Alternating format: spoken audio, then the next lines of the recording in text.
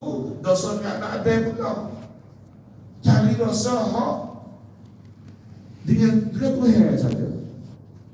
Barulah ibadah kita jadi mantap, jadi bertambah khusyuk dan sebagainya. Apa cadangan? Allah. Bila Allah ni tak ada dengan siapa, kita dengan Tuhan kan dosa tu. Dah, minumlah Allah. Dah, bila minum Allah, mabuk. Bila mabuk, dia tengok si tua, perempuan yang tua jadi muda, terbangkit syahwat dia. Lalu dia rokok, fitnah. Sedar daripada perbuatan dia. Nanti orang puan ni heboh, sudah lewat WhatsApp sejak lagu. Nah, akhirnya nak tutup kes bunuh. Dosa syaitan tu lagi habis dia buat dengan dosa kecil. Apa dosa kecil? Agak. Maka agak ini adalah maksiat yang paling besar. Di antaranya kabair. Syarbul khamri minal kabair. Minum agak itu adalah kabair. Dan apa yang panggil? Ummul khaba'is, ibu kepada segala zina kerana mabuk. Kadang-kadang bunuh orang. Kadang-kadang bunuh orang. Jadi ibunya dia dihaga. Tak masa-masa bersisa yang ambil ratusan tahun, tapi kena tipu di syaitan. Lalu tu Nabi itu dia pilih arak. Nabi itu dia pilih susu dan dia tinggalkan arak. Qila, malaikat Jibril kata, ni pilih yang terbaik kerana susu ini adalah fitrah. Lahir mari anak nak kepada susu.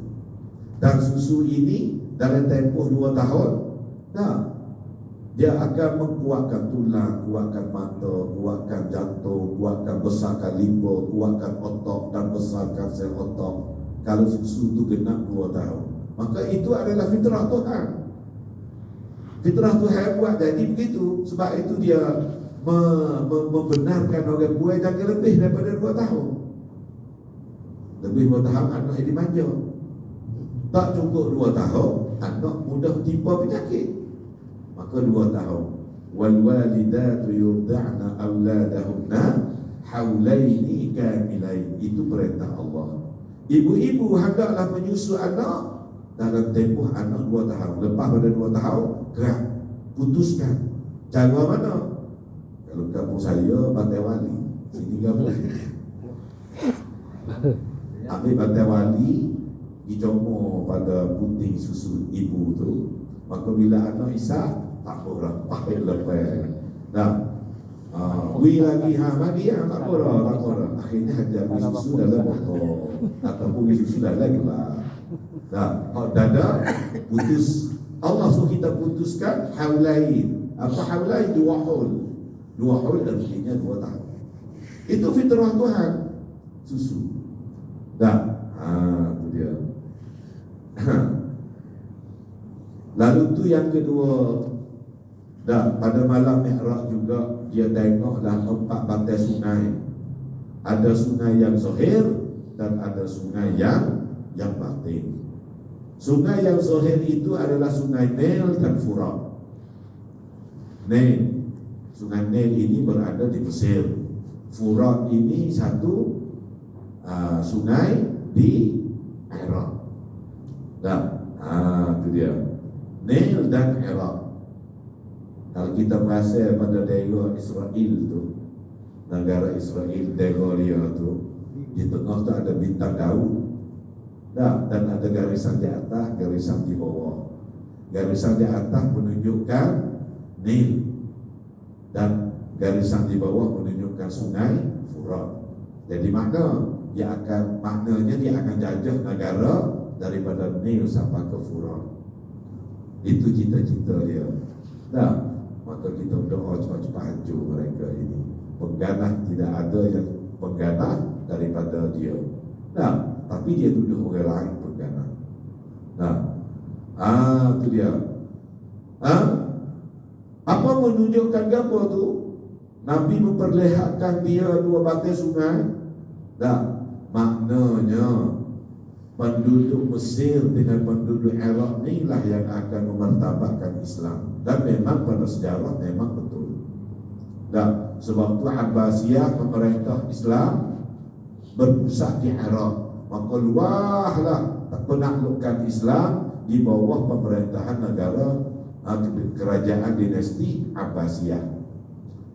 Mesir, Mesir pun kita kenal hari ini.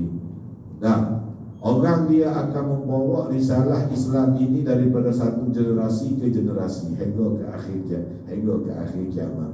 Bukan makna kata Nabi tengok dua sungai Nil dan Furat ini ada, mereka kata mereka ini penduduk rakyat Mesir kata sungai Nil ini asal daripada syurga kerana Nabi tengok pada malam Mi'raj. Bukan, nak menunjukkan bahawa risalah Islam ini akan dikuatkan, diteguhkan, diperluaskan Islam ini oleh dua bangsa ini. Arab belaka pada kerajaan Abbasiyah duduk di Iraq. Mari pada zaman kerajaan Salahuddin Al-Ayyubi, dan Islam bertambah besar dan dakwah bertambah kukuh, ilmu-ilmu bercambah-cambah pada zaman kerajaan Ayyubiyah.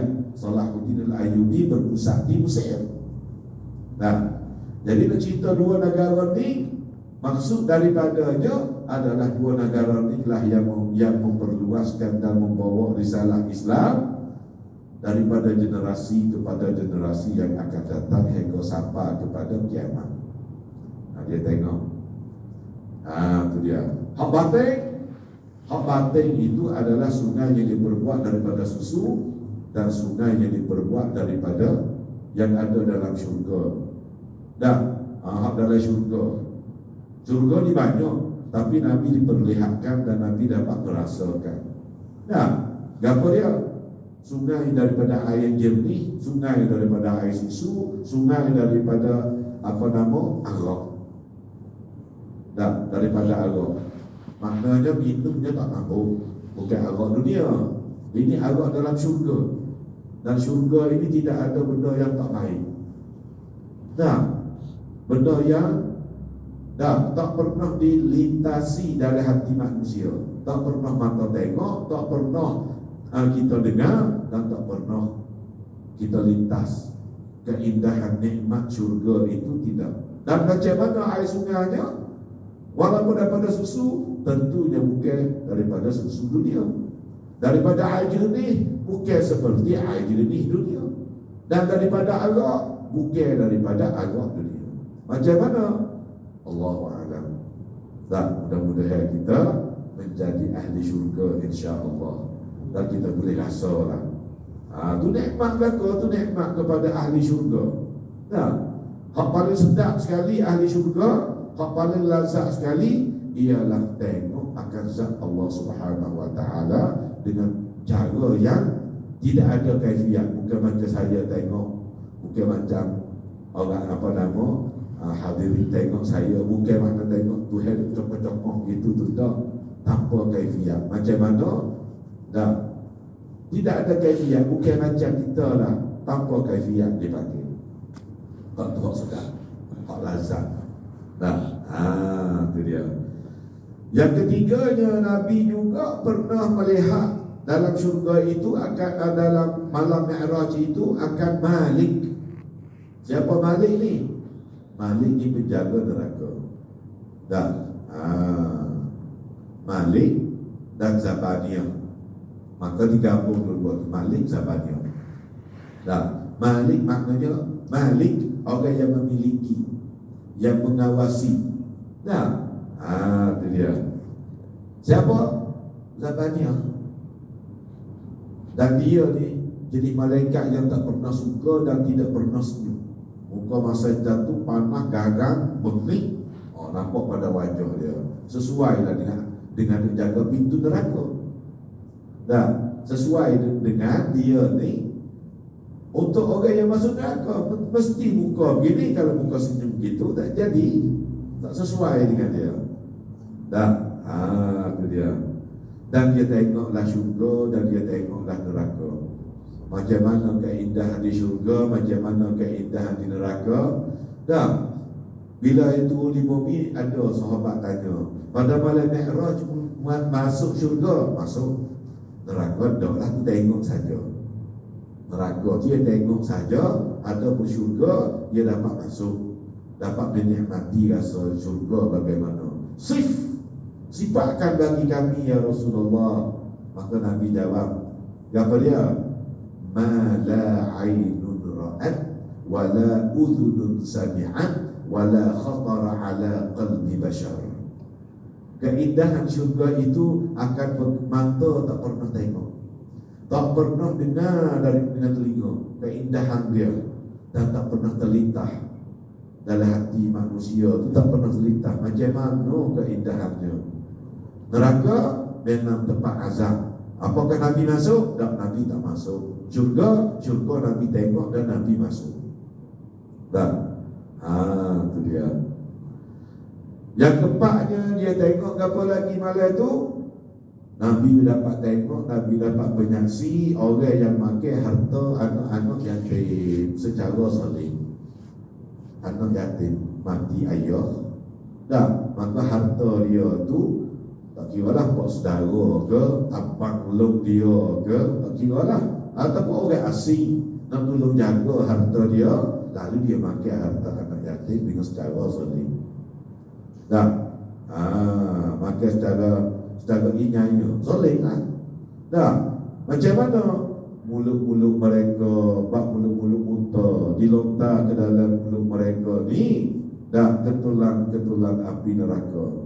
Dan tu dia. Masuk api neraka kan, tak ada benar. Dan tempuhnya api neraka tadi daripada pihak tubuh dia, masuk daripada mulut, keluar daripada punggung. Dan ada malaikat belum pegang menanga dia, ada seorang cendok lagi api, suak lagi dalam mulut.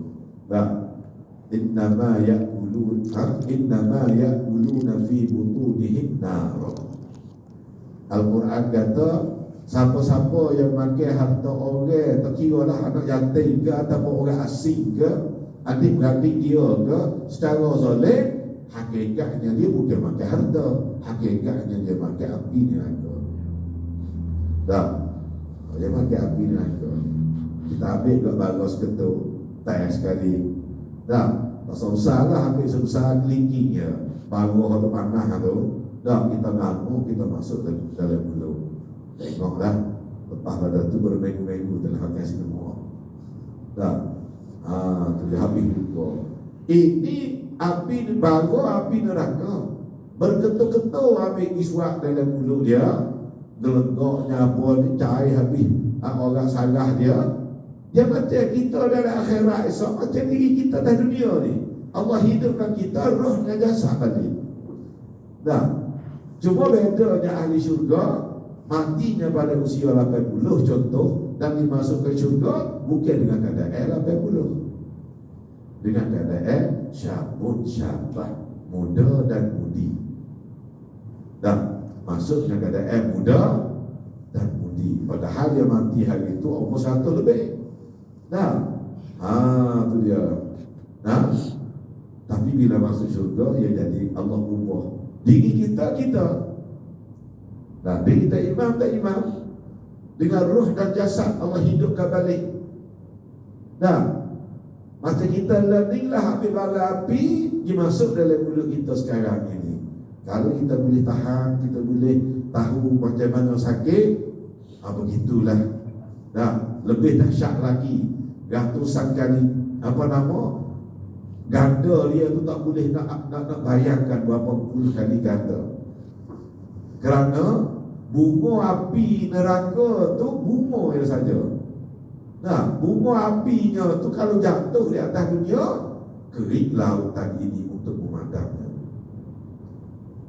Bunga api yang lalu bagus tu tak lagi. Nah, aneh. Innal ladzina ya'kuluna amwalan nasi bil batil. Orang makan harta manusia yang lain secara batil. Innama ya'kuluna fi butunihim nar. Hakikatnya dan sebenar-benarnya dia makan ketulan bara-bara api. Malam tu Nabi boleh tengok. Dah. Orang pakai harta anak yatim. Dan tak kira lah anak yatim ke harta orang siapa saja adik-beradik kita ke, makan ke secara zalim. Begitulah keadaannya. Tapi diutamakan kepada anak yatim di sini. Nak ceritanya bahawa anak yatim itu adalah gini dengan Nabi dalam akhirat, dalam syurga. Nabi kata, ana wa kafilul yatimi kahataini fil jannah. Aku dengan orang yang membantu anak yatim super dua jari ni dalam syurga. Jadi maknanya apa? Tak ada jari lain. Tak ada jari lain dah. Diselangi. Lepas pada jari telunjuk, jari pembantu hantu. Ataupun lepas pada jari hantu, jari telunjuk. Kalau Nabi buat gini, ada lagi yang menjadi penghalang. Ada seorang lagi di tengah. Tak, Nabi kata begini. Aku dengan orang yang membantu anak yatim. Dah, kita beri makan ke dia, kita beri sedekah ke dia. Dah, dan disunatkan gosok kepala dia. Dah, hak laki-laki, hak puai-puai, jangan pula anak yatim hak puai kita gosok-gosok. Hak laki kita abai. Dah, hak laki gosok kepala anak yatim laki.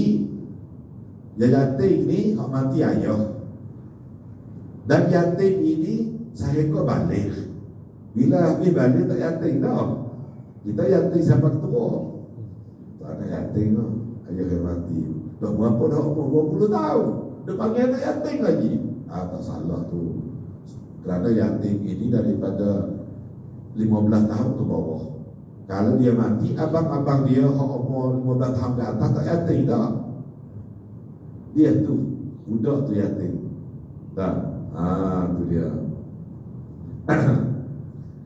Manusia yatim tu mati ayah. Tapi kalau binatang Arab panggil yatim, mati ibu. Dah, kucing mati bapa, dia tak panggil anak yatim. Kalau mati ibu tu baru yatim bagi binatang. Dah, kita ni yatim lah ke tak? Mati ayah pun yatim, mati ibu pun yatim. Ayah ada lagi, ada mati ibu tu mati ibu. Bukan anak yatim. Yang mati kerana apa nama? Kerana yang yatim itu dah adalah kematian ayah. Maka harta budak tu utamanya. Lebih-lebih lagi lah azab Allah Subhanahu wa taala kepada orang yang makan harta anak yatim. Maka harta pusaka dia tak kira lah abang ke pak saudara ke, wajib jaganya sebaik-baik. Nah, wajib jaganya sebaik-baiknya. Nah, ambil dulu anak mereka. Nah, boleh, hukumnya harus.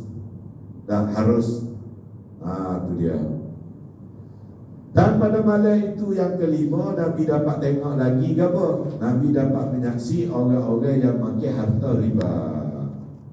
Macam mana keadaan mereka ni? Dah, dengan keadaan buruk mereka yang besar. Badan kecil je, tapi buruk subhanallah keluar daripada badannya jauh. Dah, tu dia. Siapa ni? Orang yang makan harta riba. Dah, tu dia. Makan harta riba. Nabi tengok orang yang makan harta riba ni perut mereka ni besar. Dah.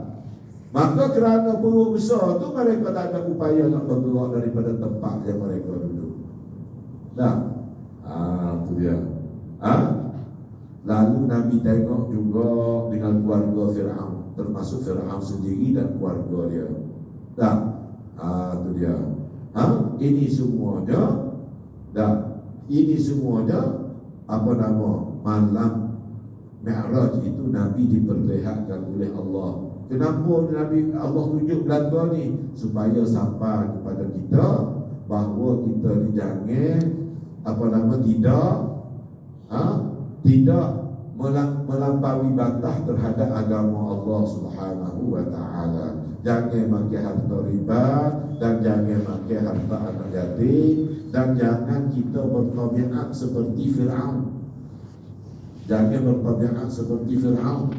Apa dia?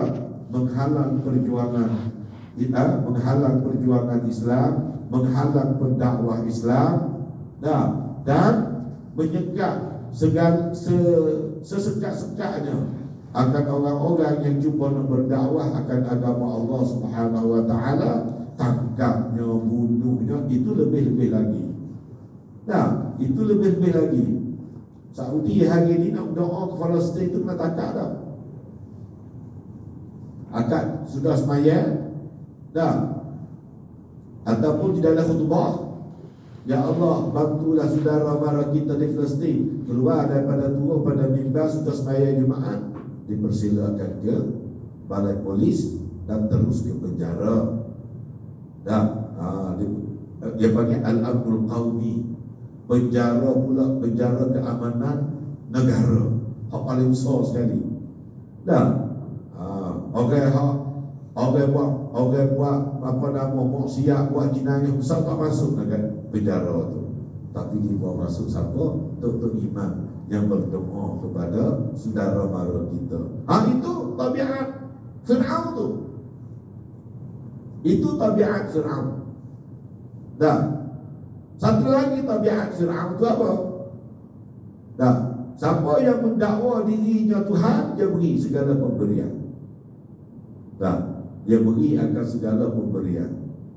Kalau tak akui dia Tuhan, maka dia tak beri seketai. Bahkan dia bunuh. Dia tangkap, penjara, lalu dibunuh. Itu tabiat Fir'aun. Sebab itu Allah memperlihatkan apa matlamat daripada tunjuknya Fir'aun, kata ulama tu, supaya umat manusia dari kalangan umat Nabi Muhammad jangan bersikap seperti Fir'aun. Jangan makan harta riba, jangan khianat dan makan harta anak yatim secara zalim. Semua harta yang zalim, harta yang hasil daripada maksiat, daripada batil, daripada tipu daya dan sebagainya, jangan. Itu matlamat daripada Allah memperlihatkan. Yang ketujuh, yang keenam, Allah memperlihatkan kepada Nabi orang-orang yang berzina. Penzina ni diletakkan di hadapan mereka daging-daging elok, segar. Tapi mereka nak makan lagi hak segar, hak molek tu. Lepas tu dia mengangkok pergi cari makanan yang buruk, yang busuk. Daging buruk, lagi busuk. Tu orang berzina. Kerana sesuai datang dunia dia, daging yang baik adalah suami. Hak suami adalah isteri.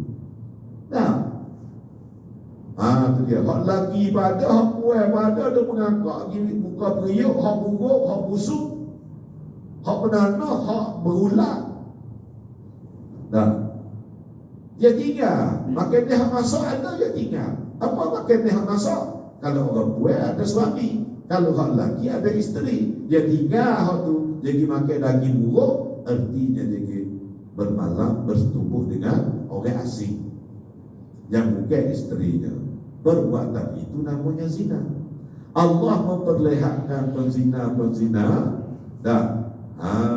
tapi mereka tak makan. Mereka digebuk-gebuk makan daging yang buruk, yang busuk, yang berulat, yang segala kata comel belaka lah.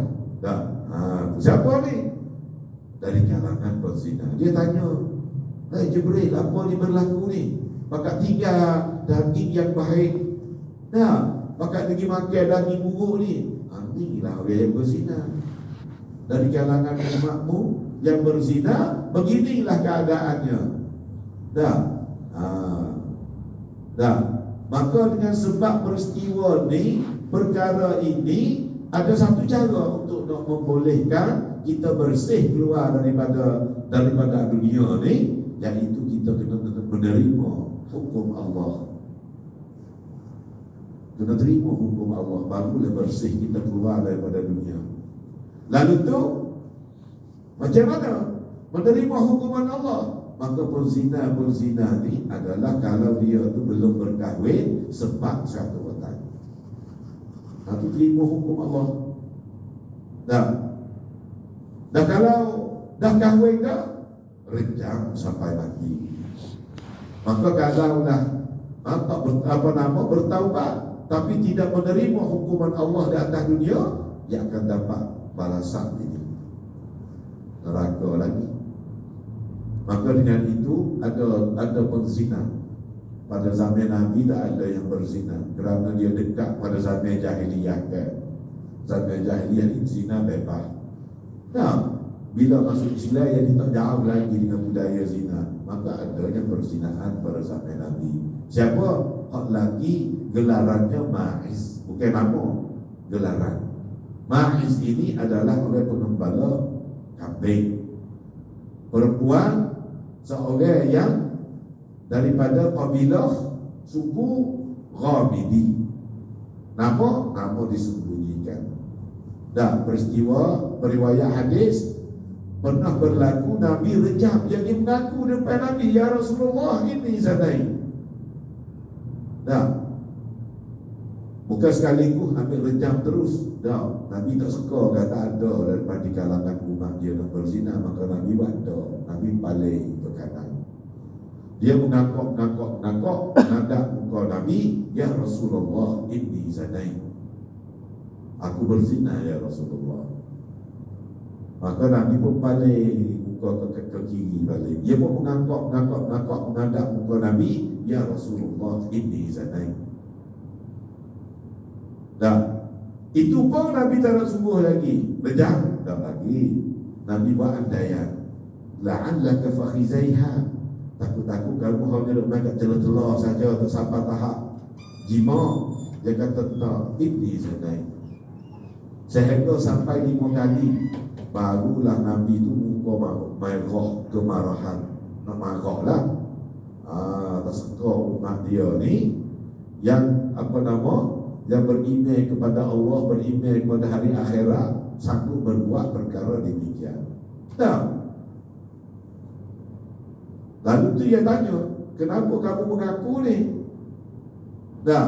Kerana aku ingin keluar daripada dunia, tidak melekat padaku akan dosa-dosa zina. Maka Nabi pun kerana dia mengaku, maka dia pun menerimalah sebagai taubat kepada Allah. Keluar daripada dunia, dosa zina tadi dihapuskan oleh Allah, kata Rasul. Maka mereka ini menerima azab yang pedih atas dunia. Apa? Rejam sampai nanti. Itu dia. Maka dengan itu, bertakwalah kita, takutlah kita kepada apa semua yang Nabi tengok ni, kerana semuanya adalah peringatan kepada kita supaya kita jauhi di atas dunia. Dan yang ketujuh, Nabi dapat melihat lagi sekumpulan wanita yang memasuki dalam majlis lelaki, bukan mahram, bukan anak-anak. Suka sangat nak bergaul dengan orang asing, bukan anak, bukan suami, kerana mereka ini harus bergaul. Ini yang suka nak bergaul, nak bersembang. Kalau isteri orang nak bersembang dengan suami orang, dengan kawan-kawan. Itu dia. Gapo tu?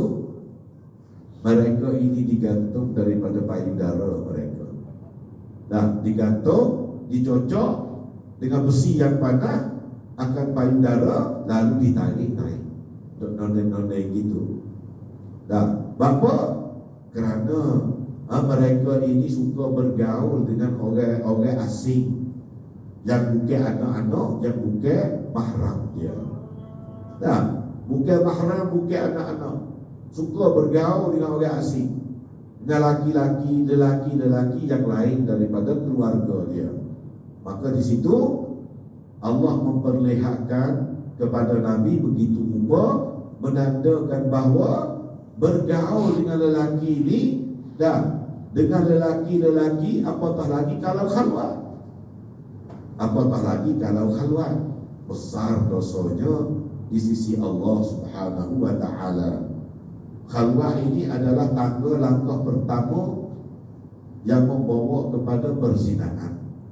Sebab itu Al-Quran kata, wala taqrabuz zina, jangan kamu menghampiri zina. Apa yang boleh menghampiri zina?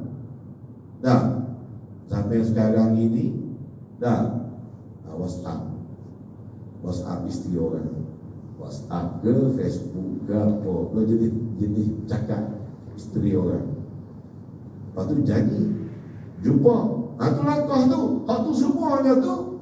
Dah, kalau perempuan digantung dan lelaki dipukul, dah, dipukul oleh malaikat. Dah, tu dia.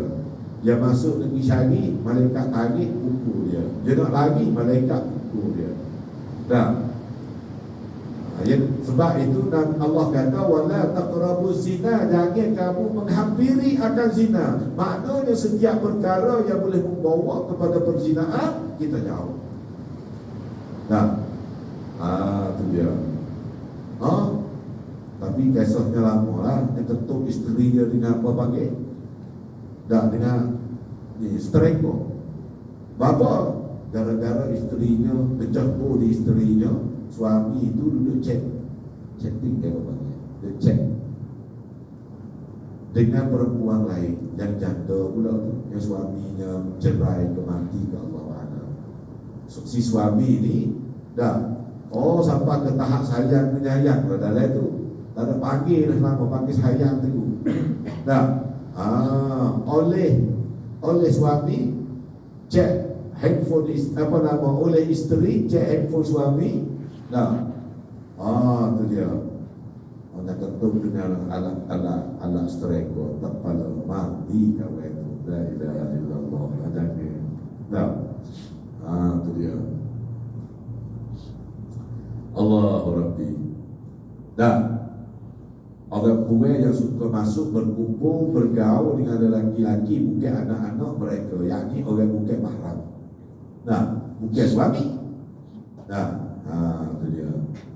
Yang kelapanya, Nabi juga dapat melihat sekumpulan unta penduduk Mekah dalam perjalanan dia tu. Maka pada masa tu Nabi SAW